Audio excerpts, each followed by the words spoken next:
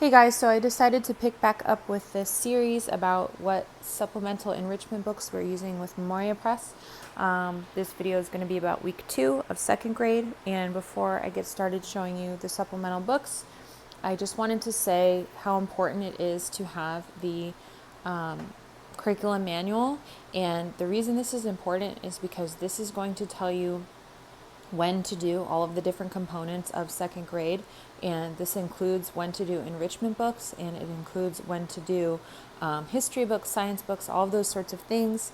This is the charter school version, but there was a book that I discovered, or I don't know, rediscovered. I didn't realize I was going to be needing it, and so I was able to find it, thank goodness. But just make sure you get this. There are other ways to save money in getting Memoria Press curriculum, and other folks have talked about that extensively, but this is definitely worth your investment. So, this is the book that I was talking about, Stories of Great Americans for Little Americans. I had purchased this when my 5th grader was in 2nd grade, and I really did not know that this was scheduled. This is scheduled in this guide, so this is why you need this. And I was absolutely floored when I realized two things. First of all, this is by Eggleston, which is one of the favorite authors of the CMEC ladies. That's one of my favorite ways to recognize when literature is of the highest quality, is when you have various different curriculum companies recognizing it. So in this case, Charlotte Mason and Classical, and that's common, actually. There's several books that are overlap. I'm just going to show you the table of contents. So this is all the people that are in here. So some of these I was reluctant to do with my student when I was just starting to read through it. But as you could see, there's 2 chapters in here about Audubon. And so those are the ones that are scheduled for this week, which I will show you the other books, and you'll know if you have the curriculum manual.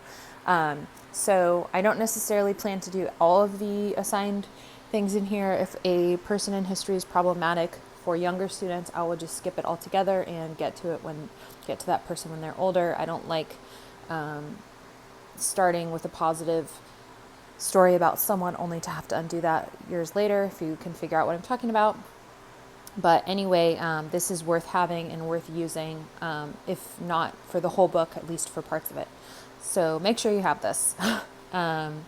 Next, this is part of the enrichment, and I've shared about this before. I ended up purchasing this for like $5 because our library didn't have it, and we haven't used it yet, but I know that we'll use it because my 2 elementary students are very artistic. And then this is the other assigned book, and as you can see, I got this from the library.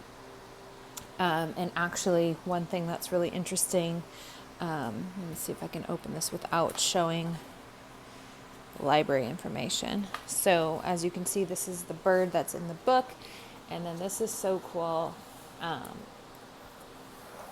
We actually have the Audubon book, which is Birds of America. I got this at the library for like a very inexpensive price a while ago because people just don't value books like they used to, right? Everything's on the internet. But this is the same picture. Isn't that cool?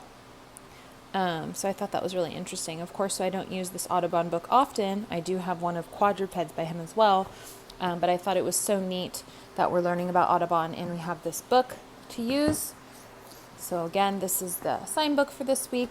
And then now I'm going to show you the supplemental resources. So the first one is obviously the Audubon book. They might have this at your local library or a thrift store or somewhere. I'd be surprised if you couldn't find something. Or I think it's probably on the internet for, what is it, open use or something. This book by Arabella Buckley, you could use, Birds of the Air. It's pretty short. I'll show you the table of contents for that. And these are all books I had laying around. I didn't purchase any special books. I just thought, what would I recommend if people wanted to fatten up this week? So you could do Birds of the Air. You could do the Burgess Book of Birds, Burgess Bird Book. I don't know if I bought this copy destroyed or if my kids destroyed it years ago, but these are all the birds in here. And obviously you can't do this in a week, but you could start it this week. I don't know if we're going to start it or not. But anyway, Burgess Bird Book. Then we have this Raven Trickster Tale by Gerald McDermott. He does a whole series of these. This one is about a raven in particular. And what I thought would be interesting about including this is that this is a trickster tale, a Native American legend. So you're kind of incorporating like social studies into it as well. And then we have Crow Not Crow. This book is recommended by Simply Charlotte Mason. And it's about like nature study for a young child. So it's also a sweet story, and I really like this book. So Crow Not Crow. And then last, Song of the Swallows. This is a beautiful feat book for California history. To be honest with you, I've never finished reading this book. I've started reading it and it's kind of long, so it would be better for someone with a longer attention span. And I think it does cover a little bit about the mission, so you'd have to decide if you see, here's a prayer in here, so keep that in mind. But it is about the swallows and how they migrate and come back. And another book you could do, which I don't know where I have a copy of it, is Gail Gibbons' Migration. It's got like a duck on the cover.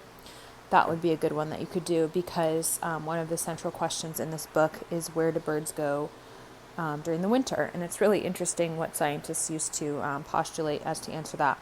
And then the last thing, which I tried to do but ended up being a fail, these were on sale on Amazon, and they had like a set of 6 or something for $5. So I was like, oh, it'll be perfect. We could do nature drawing in them. It's lined, so that was too bad. But my 7-year-old drew this bird anyway, so that worked. And I did give her these crayons, which we got for Lotus and Ivy, but ended up not using, which are different skin tones. And I was thinking this could be really great for nature drawing. So I'm going to put those out when we're doing different things. And so that is what I put together for you guys. Let me know if you found this helpful, and I will try and do this every week. But 6 kids life, can't promise you anything. So thanks for watching, and if you want to see all of the videos in this series, please subscribe.